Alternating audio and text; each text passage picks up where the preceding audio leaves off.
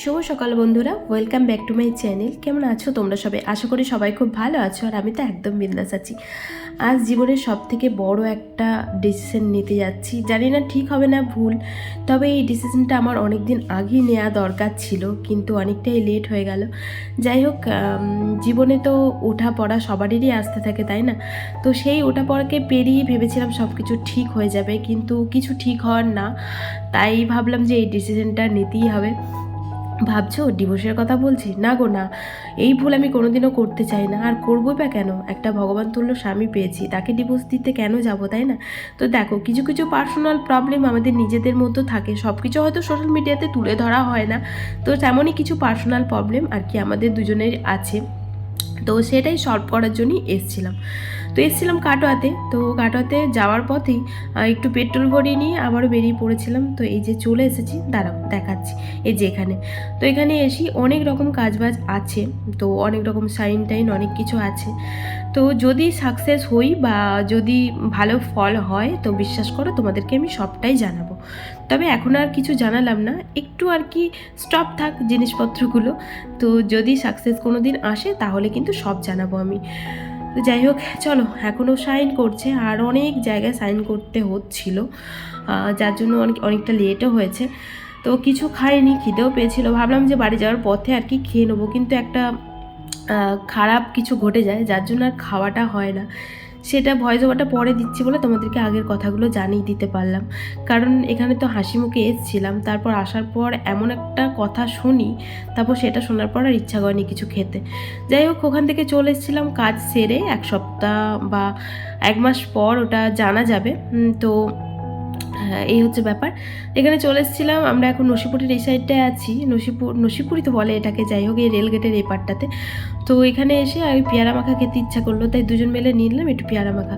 আমার খুব ভালো লাগে খেতে, তো মুখটাও একটু ঝাল ঝাল খেতে চাইছে, কারণ যেহেতু ঠান্ডা অলরেডি আমার লেগে গেছিলো তখন।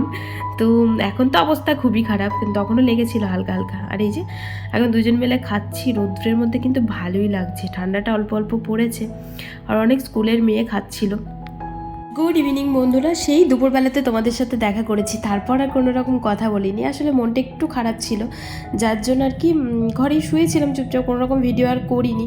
আর এখন সন্ধ্যাবেলাতে বেরিয়ে পড়েছি পানোহাটের উদ্দেশ্যে যাওয়ার জন্য, কারণ আজকে তো পানোহাটের লড়াই, তো দেখতে তো হবেই, তাই না? কাটোয়া তো যেতে পারিনি, তাই পানোহাটটা স্কিপ করলে হবে না, তাই বেরিয়ে পড়েছিলাম। আর এখান থেকেই দেখছি ঠাকুর বেরোনো আরম্ভ করে দিয়েছে, কী করে যে যাবো সেটাই ভাবছি। চলো তোমাদেরকেও দেখাই, আমরা যা যা দেখবো, যেখানে যেখানে যাবো সব কিছুই তোমাদের সাথে শেয়ার করব।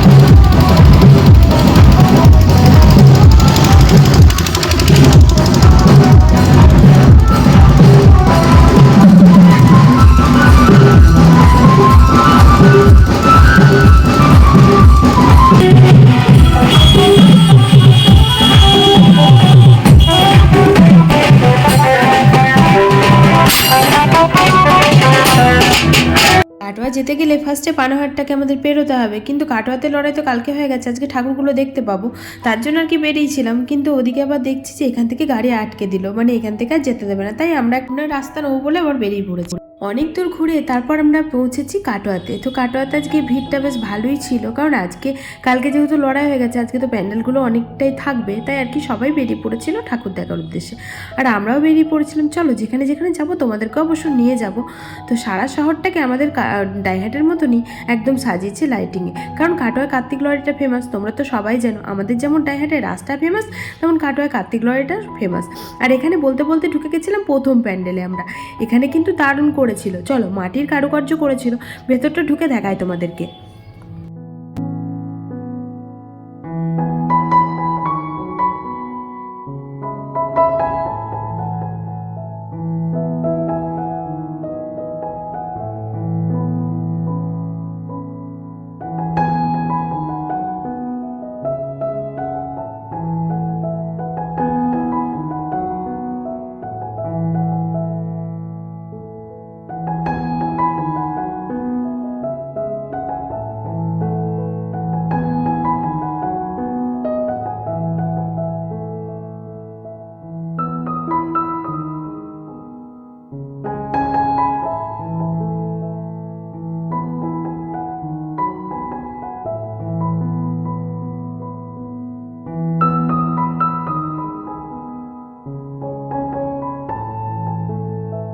যেখানেই বেরোয় না কেন পকেটে বা ডিকিতে কিছু না কিছু থাকবে। আর এই দেখো বাদাম নিয়ে বেরিয়ে পড়েছিলাম, কারণ আমরা যখন বেরোলাম তখন বাবা বাজার গেছিলো, বাজার থেকে এসে আর কি বাদাম নিয়ে এসেছিলো, তাই দুজনে মিলে কটা তুলে নিয়েছিলাম। আর ওর পকেটে কতগুলো ছিল, আমার পকেটে ছিল, তাই এই যে এখন বার করে খেতে খেতে যাচ্ছিলাম আর কি।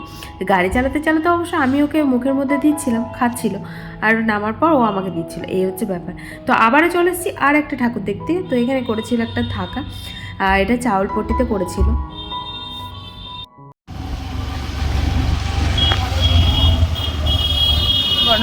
গণেশ বোঝে, আমি গণেশ।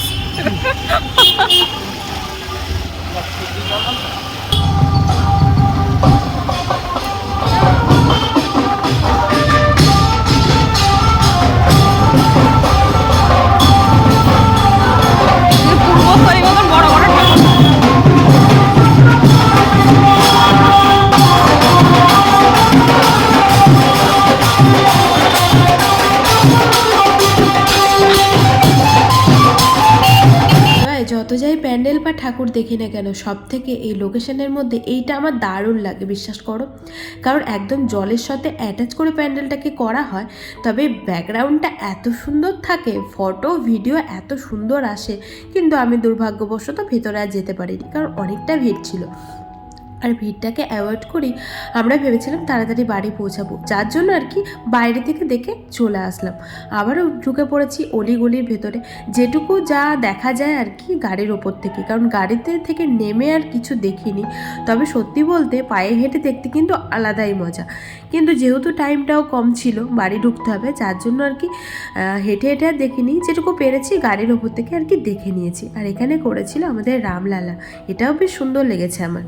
পুরো কাটোয়া জুড়েই সুন্দর সুন্দর অনেক অনেক প্যান্ডেল হয়, তবে সব প্যান্ডেল দেখার আমার সাধ্যের বাইরে, কারণ এত পরিমাণে ভিড় ছিল যে ঢুকে ঠাকুর দেখা অসম্ভব ব্যাপার ছিল।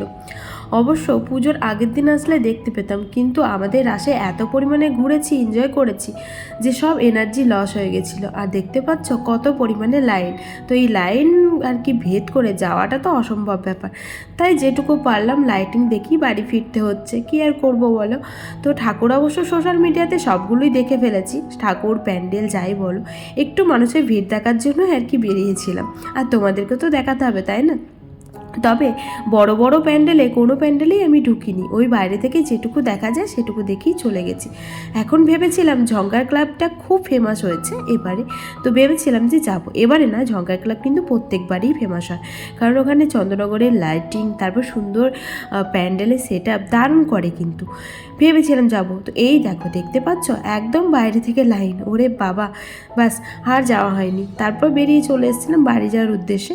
তারপর এই যে আমাদের রাধারানী আর শ্রীকৃষ্ণকে দেখতে পেলাম।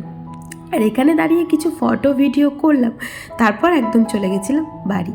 আর এই মূর্তিটা না আমার খুব সুন্দর লেগেছে। সত্যি বলতে আমাদের আসার সময়তে আগেরবার এরকম একটা মূর্তি করা হয়েছিল, সেটা অবশ্য খুবই সুন্দর লেগেছে। একদম পুরো মনে হচ্ছিল মায়াপুরের রাধাকৃষ্ণ দাঁড়িয়ে আছে, তাই না বলো? এখানে দাঁড়িয়ে থেকে তো অনেকক্ষণ মনে হচ্ছিল যে আমি মায়াপুরেই দাঁড়িয়ে আছি। আর এখান থেকে একদম সোজা চলে যাব বাড়ি। তো চলো, একদম বাড়ির পথে যাওয়ার পথে তোমাদের সাথে দেখা করছি। যাওয়ার সময় আমরা হাই রোডটাকেই বেছে নিয়েছিলাম, কারণ কি করব, ওই রাস্তাটায় ভিড় ছিল, যার জন্য আর আসতে পারিনি। তবে হাই রোড দিয়ে জানো আমরা কেন যাইনি যাওয়ার সময়তে, কারণ হচ্ছে প্রচণ্ড ঠান্ডা লাগে এদিকটা। আর এত ঠান্ডা লাগছিল, কুয়াশাও এসেছিল, আর এই গাড়ির প্রচুর থাকে তো কুয়াশার জন্য কিচ্ছু দেখা যায় না। আর আমরা বলতে বলতে পৌঁছে গেছিলাম সাহাপাড়ার এখানে হচ্ছিল নাচ গান, আর এখানে মা বাবা ছিল, তাই ওদের কাছে চাবিটা নিয়ে সোজা যাব বাড়ি। তো তার আগে কিছু খেতে হবে, খিদে পেয়েছে।